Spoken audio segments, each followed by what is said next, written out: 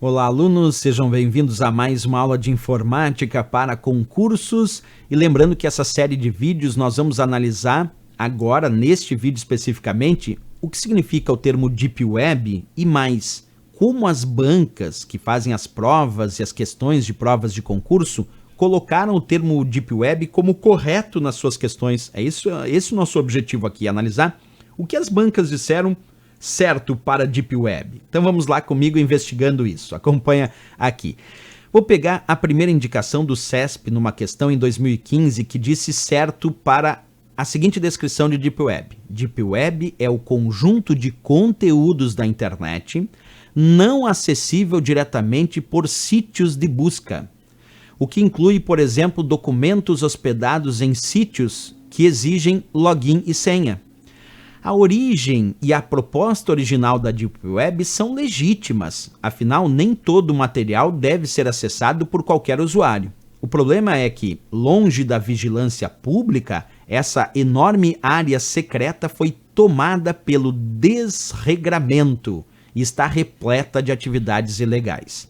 Isso foi o que o CESP deu como certo em 2015 numa questão sobre Deep Web. Então, para entender muito bem o que ele disse aqui, eu vou mostrar um desenho e aí a gente vai entender melhor o significado de Deep Web. Acompanha comigo. Nós separamos o conteúdo da internet basicamente em algumas camadas. Quer ver? Vamos pensar aqui. O que seria a camada da Surface Web, isto é, a web de superfície? Surface Web corresponde a tudo que é indexado pelos mecanismos de busca, como o CESP disse, pelos sítios de busca. Por exemplo, o Google. Quando eu encontro alguma coisa pelo Google, que eu digito lá, Veon concursos, e aí eu encontro conteúdo, isso quer dizer que aquilo que foi encontrado pelo mecanismo de busca Google está na Surface Web, porque a Surface Web é tudo que está disponível para ser encontrado através dos mecanismos de busca, através dos sítios de busca, como o caso do Google, do Bing e outros sistemas de busca. Então, o que é encontrado pelos mecanismos, indexado pelos sistemas de busca, é a Surface Web. Tudo aquilo que não é encontrado pelos mecanismos de busca, quer dizer que eu digito uma palavra-chave e ele não me mostra aquele conteúdo, é o que a gente chama de Deep Web, a web profunda. E se a gente for pensar, o conteúdo da Surface Web é de aproximadamente apenas 4% do que existe na internet.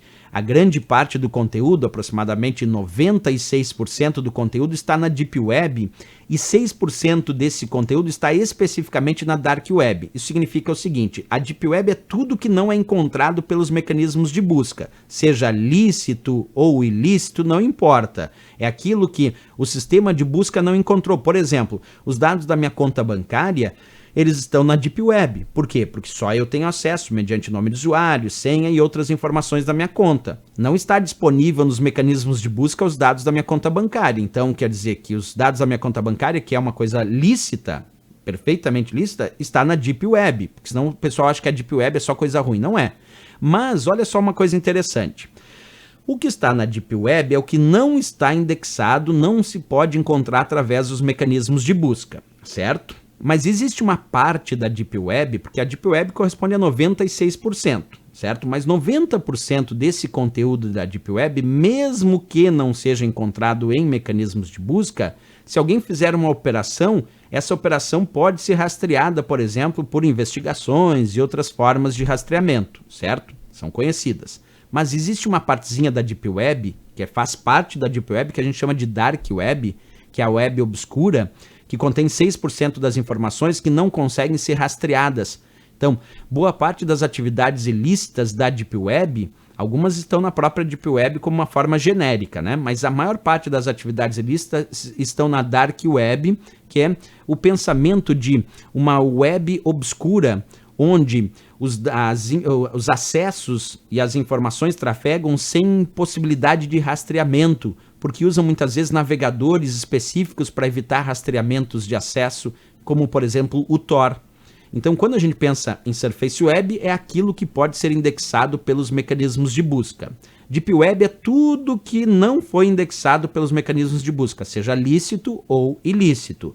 Na Deep Web também existem informações, como eu disse, lícitas e ilícitas, mas tem uma partezinha que é da Deep Web que a gente chama especificamente de Dark Web. A Dark Web é um pedaço da Deep Web, que corresponde a 6% do todo que existe. E esses 6% que estão na Dark Web, na web obscura, são informações que são transitadas, são acessadas sem possibilidade de rastreamento de quem está acessando ou de onde veio aquele acesso, de onde veio aquela transação. É a chamada web obscura, que usa, vou repetir, principalmente navegadores específicos para evitar esse rastreamento. Um deles é chamado de Tor. Então agora a gente consegue compreender um pouquinho melhor as questões, inclusive essa do IESES em 2017 que disse: a Deep Web refere-se ao conteúdo da World Wide Web que não é indexada pelos mecanismos de busca padrão, ou seja, não faz parte da Surface Web. Perfeito, Deep Web é aquilo que não faz parte da Surface Web e que não pode ser indexado pelos mecanismos de busca, porque se for indexado pelos mecanismos de busca e ofertado é Surface Web. O que eu fiz aqui foi acrescentar uma historinha além disso, a chamada Dark Web, que é uma parte da Deep Web, que é a chamada Web Obscura, que os acessos são, além de serem realizados, é um acesso sem condição de rastreamento, que não se consegue rastrear de onde veio o acesso. Então, por isso que a Dark Web acaba sendo muito utilizada para atividades ilícitas, né? Esse é um outro exemplo, então, de como caiu em prova o termo Deep Web. Acho que vale até a pena a gente ler de novo, mais uma vez, o que o CESP disse, porque está bem completinho. Ele diz: Deep Web é o conjunto de conteúdos da internet não acessíveis diretamente pelos sítios de busca, como o Google.